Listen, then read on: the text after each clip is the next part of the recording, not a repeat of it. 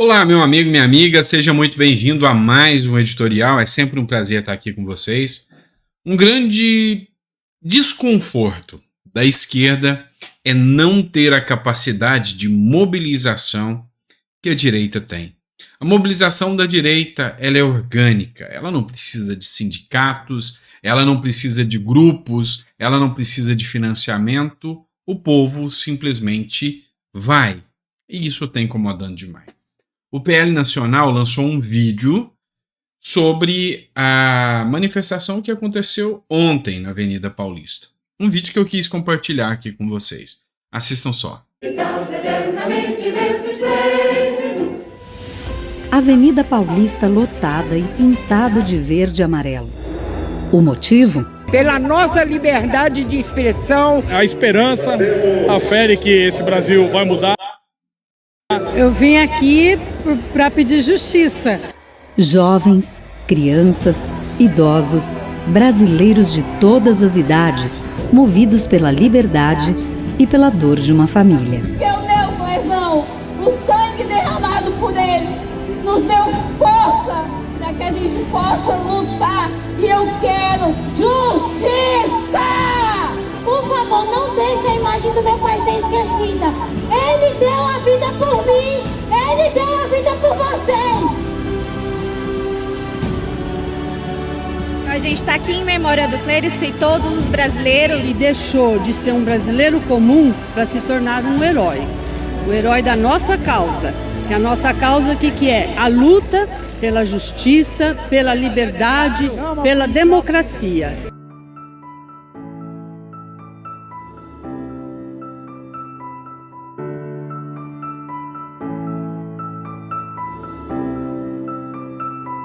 Enquanto rainhas do tráfico condenadas desfilavam livremente no Congresso Nacional, Clériston foi preso sem ter nenhuma condenação. Morreu privado de liberdade. É o texto final que encerra aqui essa propaganda do PL Nacional sobre as manifestações da direita. Manifestações essas que eles sempre quiseram impedir. Manifestações essas que, na visão deles, é antidemocrático. Mas não é. Está previsto na Constituição. A liberdade de expressão, a liberdade de manifestação está prevista na Constituição. E se tem uma coisa que incomoda a esquerda, é não mobilizar pessoas. O Bolsonaro fez uma publicação aqui no seu perfil oficial dessa passagem dele em Angra dos Reis, no Rio de Janeiro, hoje. E aí, isso incomoda demais.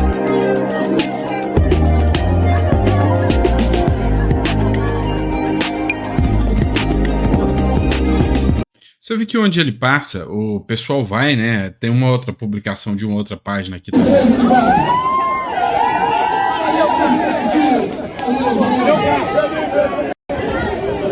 Bolsonaro pega o microfone e faz propaganda para a loja no centro de Angra dos Reis. Você compraria? E aí só falta o TSE dizer que ele está fazendo propaganda indevida, né? A coisa é complicada. Outro perfil aqui também publicou. Bolsonaro foi à padaria em Angra dos Reis e apareceu mais gente do que na posse de Lula, dia 27 de novembro. Então, esse é um ponto que chama muita atenção. A capacidade de mobilização de uma pessoa que na narrativa deles é odiada. Uma pessoa que representa o ódio na narrativa deles. Na prática, você vê que a direita ainda mobiliza as pessoas muito. Na prática, você vê que a direita ainda tem um potencial de mobilizar muito grande. Enquanto as coisas acontecem no Brasil, enquanto, sabe, aqui pega fogo o sistema, a economia, nós temos um outro presidente que faz lives pífias, com nenhuma participação, ninguém quer assistir, e hora que a coisa aperta, o que ele faz? Pula fora do Brasil, né? O Geraldo Alckmin publicou aqui, o presidente Lula oficial parte para uma grande agenda no Oriente Médio e na Europa. Ok. E aí, tem críticas. Uma das críticas é essa matéria do O Antagonista aqui, que eu achei interessante e quis trazer para vocês. O método Lula de se mandar do país durante temas importantes. O Brasil deve passar a semana discutindo a escolha de Paulo Gonet Branco para o cargo de Procurador-Geral da República e do Ministro da Justiça Flávio Dino para o Supremo Tribunal Federal. Ambos terão de iniciar seu périplo pleno no Senado, batendo porta a porta de parlamentares, enquanto a imprensa analisa o notório saber de cada um e escava os seus passados. E, enquanto isso, Lula foge do Brasil. Tá. Por quê? Porque a indicação do Lula não agradou absolutamente ninguém, nem o próprio Lula deve estar feliz. A deputada Érica Hilton, que é da esquerda, ela também fez uma publicação falando por que não uma mulher, por que não uma negra, por que mentiu? Por que mente? Pois é, porque a promessa era isso. Ou seja, mostra que a direita não topa o Lula, nem que fosse o último candidato da face da terra. Mas a própria esquerda vem questionando as veracidades das palavras e das indicações do Lula. Olha só, o Hélio Lopes, Hélio Negão, como é conhecido, deputado federal, também fez a publicação aqui sobre a viagem do Lula, mas o amor venceu. Sem visitar áreas atingidas pela chuva no Brasil, Lula embarca para mais uma viagem internacional. O importante é dar continuidade à lua de mel, até porque nunca foi pelos mais pobres, os mais vulneráveis. E aí o grande ponto é esse. O povo do Rio Grande do Sul está passando por dificuldades extremas. O Brasil inteiro está por dificuldades extremas. As viagens de Lula não trouxeram benefícios ao Brasil. Gastaram R$1 bilhão. E aí, enfim, qual é o objetivo do Lula? Qual que é a regra desse presidente? Qual que é o objetivo? O Brasil está abandonado. O sentimento que a nação tem, o sentimento que até os apoiadores do Lula, aqueles não militantes, mas até os que votaram no Lula, o sentimento é de abandono. O sentimento que eles têm é de abandono. Ou seja, parece que não tem presidente. E esse é o grande ponto. Olha só, realmente, nesses momentos difíceis, Lula faz e está pouco se importando com a opinião de quem quer que seja. Flávio Dino não é benquisto por grande maioria. Coloque em sabatina, Flávio Dino, uma escolha indefensável. Se Lula pensasse por um instante na imagem do STF e no apaziguamento da política, não teria optado por um nome que vai fazer com que a desconfiança em relação à corte cresça. E muito. Coloca uma sabatina, faz um plebiscito. É isso, a ideia é essa. Faz um plebiscito para saber se o povo apoia a indicação de Flávio Dino para o STF. Aí você vai ver a opinião pública. Aí você vai entender a opinião pública. Eu te garanto que o povo não apoia.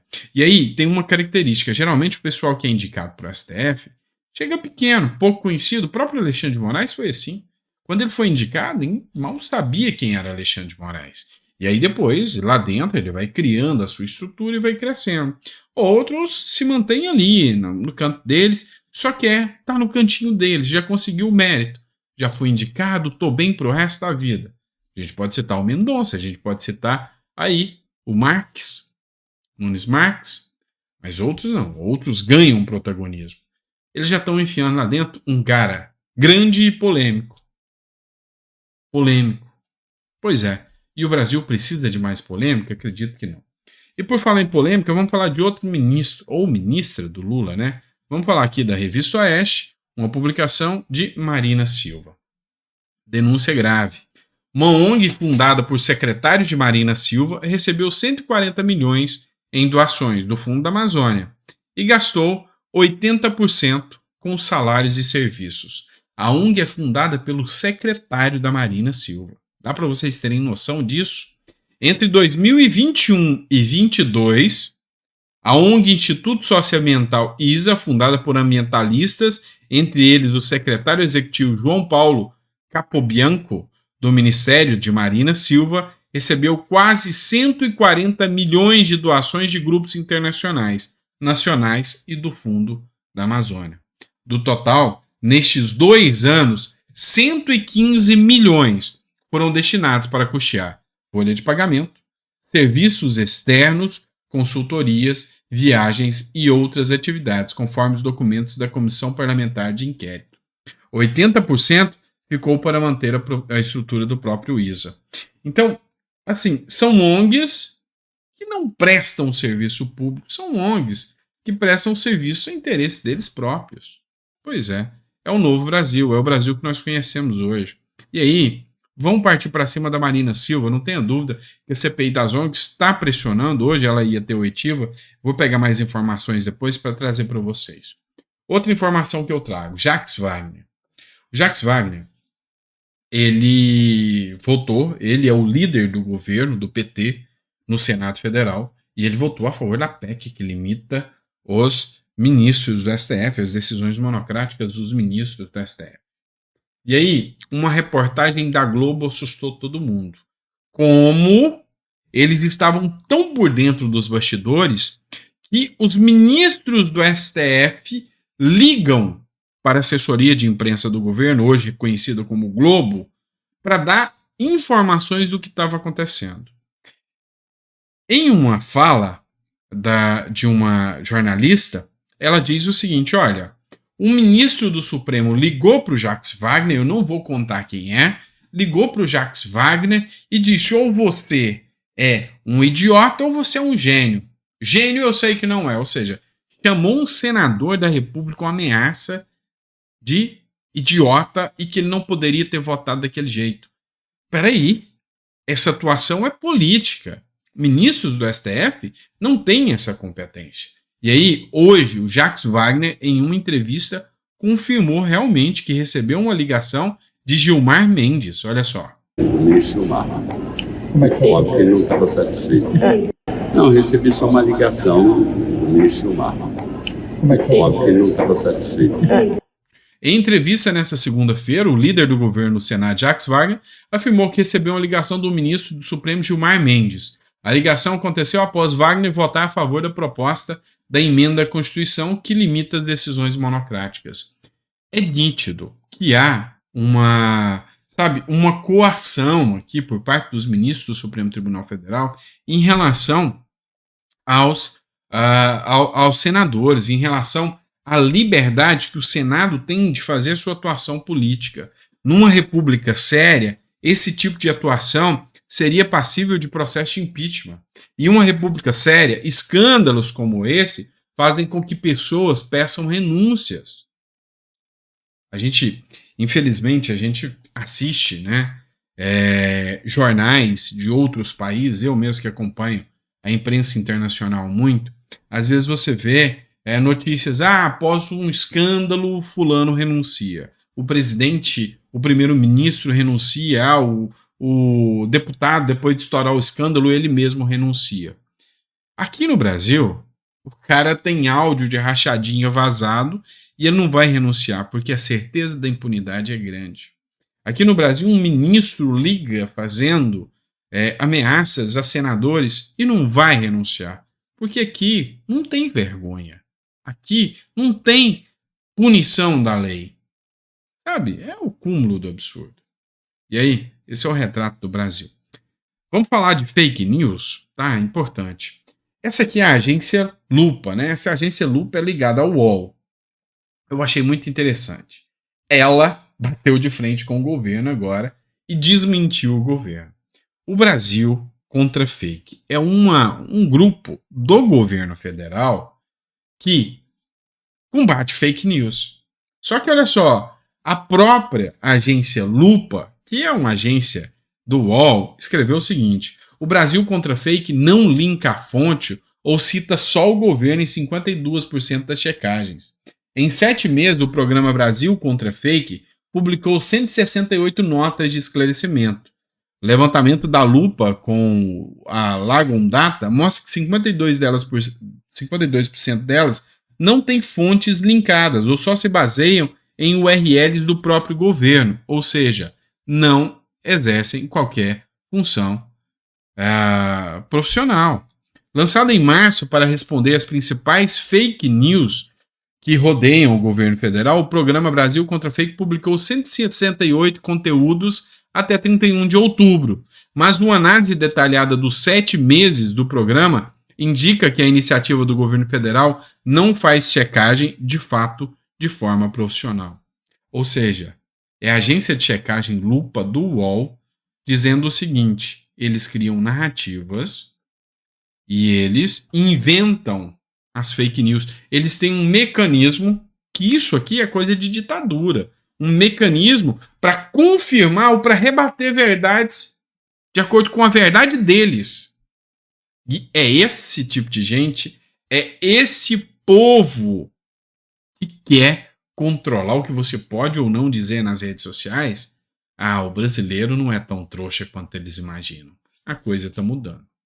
Quer rir um pouco? Vamos lá, vamos lavar roupa suja aqui com a Carla Zambelli. A Carla Zambelli fez um vídeo, título do vídeo: quem ri por último, ri melhor. Pois é, eu vou deixar você ouvir a Carla Zambelli. É um videozinho rápido, só para comentar que, assim, tem um cara aí, né, que fez um vídeo meu dizendo que eu ia pra cadeia. Você vai pra cadeia, você vai pra cadeia, você vai pra cadeia. Blá, blá, blá, blá.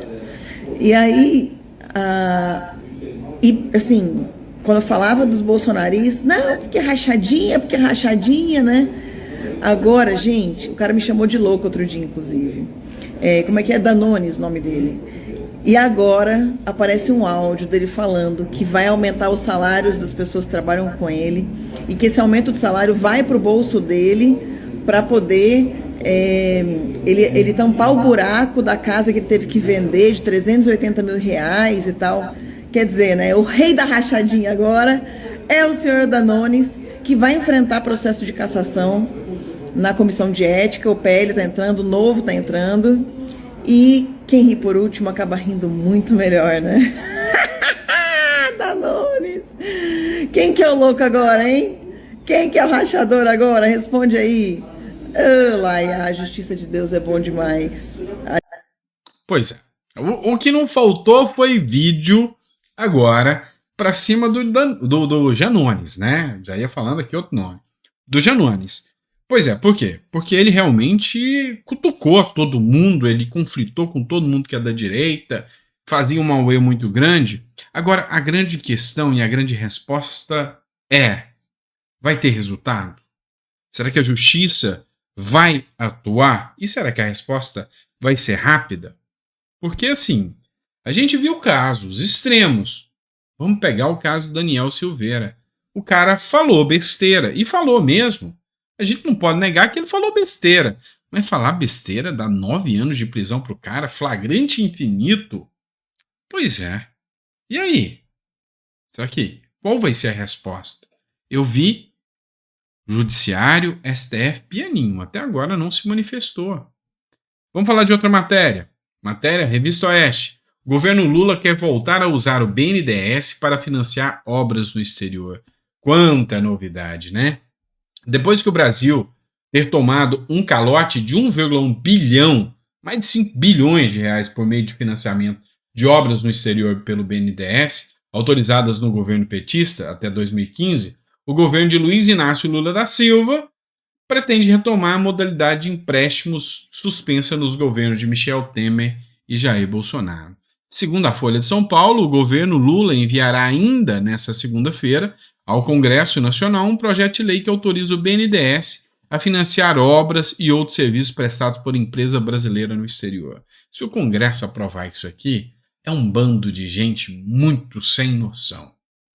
Pelo amor de Deus. O Congresso aprovar isso aqui tem que ter... Sabe, hoje o cidadão brasileiro tem que ter uma mobilização muito pesada para entender o que cada parlamentar está fazendo, para entender o que cada deputado está fazendo. Porque a coisa está complicada e está complicada demais, mas demais mesmo, tá? Demais mesmo. Vamos falar do caso Clezão? Eu quero trazer um vídeo aqui da Ludmila, tá? A juíza. Porque muita gente fica aí, mas é só um advogado que fala isso.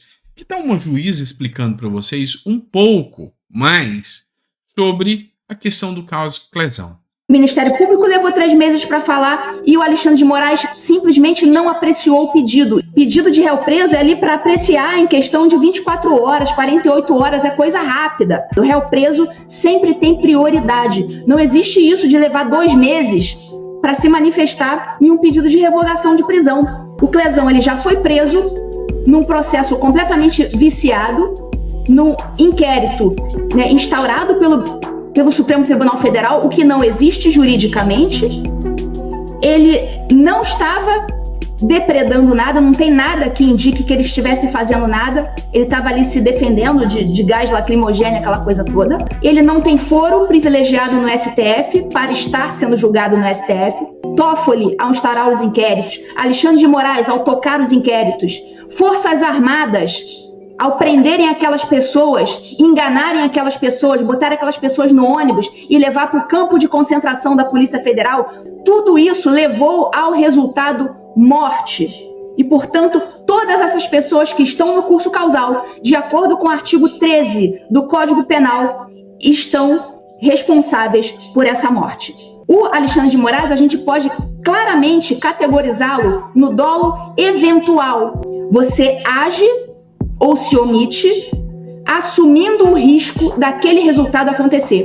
Então, Alexandre de Moraes deve responder por homicídio duplamente qualificado ao não retirar da máquina pública o elemento defeituoso que se chama Alexandre de Moraes, e só Rodrigo Pacheco pode fazer isso nesse momento, pautando o processo de impeachment. Rodrigo Pacheco se coloca imediatamente na posição de agente garantidor e permitiu, por omissão, que o resultado morte acontecesse. Rodrigo Pacheco também tem as mãos sujas de sangue. O Ministério Público... Pois bem, não sou eu que estou falando. É uma juíza de direito. Foi afastada pelo próprio CNJ porque não concorda com o posicionamento político que ela teve. Mas o posicionamento que ela está dando agora não é político, é jurídico. O posicionamento é jurídico, não sou eu que estou falando, é uma juíza de direito, aprovada num concurso. Mas aí só vale aqueles juízes que pensam pela esquerda, né? Vamos lá, outra publicação aqui, ó. O Sérgio Camargo, que é um influenciador muito forte da direita, ele fez críticas aqui ao pessoal da esquerda por causa do filme do Lázaro Ramos, né? Tem um filme chamado Ó Pai Ó, que tá tendo pequena bilheteria, né? O pessoal, quem lacra não lucra, né? O Sérgio Camargo escreveu o seguinte: muitos esquerdistas estão me xingando nos comentários por causa do Lázaro Ramos. Uai, é só ir ao cinema e ver o filme. Ninguém está impedindo. Vocês não são 60 milhões?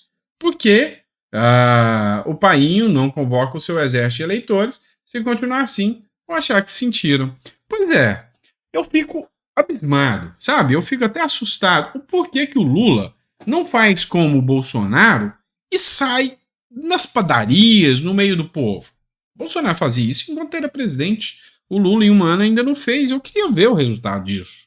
Faça. E aí? Chama o pessoal da esquerda. Por que que realmente eles não chamam e vai todo mundo? Não, vamos fazer uma mobilização da esquerda. Vamos lotar os eventos da esquerda. Não está acontecendo. Os eventos da esquerda estão sendo flopados porque a direita não quer. Não está ideologicamente alinhada. E eu concordo. Não que se tenha que fazer, vamos fazer ameaça, impedir os outros de ir. Isso é antidemocrático. Agora, vou te dar um exemplo. Eu gosto muito da música dos Titãs. Eu gosto. Segue do Castelo, outras músicas. Tá, eu não vou. Por quê? Porque é muito além da música, do sonoro. É uma representatividade. Quando você tem um fã, você tem uma sintonia com aquele indivíduo. E se você perde essa sintonia, seja pela manifestação política desse indivíduo, você não tem um porquê ir. Eu mesmo não gastaria o meu dinheiro indo num evento que, para mim, é de um cara que gasta dinheiro público, é de uma banda que defende a Rouanet, ou é de uma banda que defendeu o Lula, que não é ideologicamente alinhada comigo. Então eu não iria. Mas isso é uma opção, é uma liberdade. Agora, é como eu digo, tá lá, estão flopando o filme do Lázaro Ramos. Ok, vamos esquerdistas, lotem. Esse é o ponto. Esse é o ponto. E tá certo ele aí, tá bom? É isso, pessoal. Muito obrigado por ter ficado em mais um editorial extenso, né? Eu queria ter feito curto, mas acabei me estendendo. Mas faz parte do jogo, tá bom? Obrigado, grande abraço, fica com Deus, vejo vocês no próximo edital.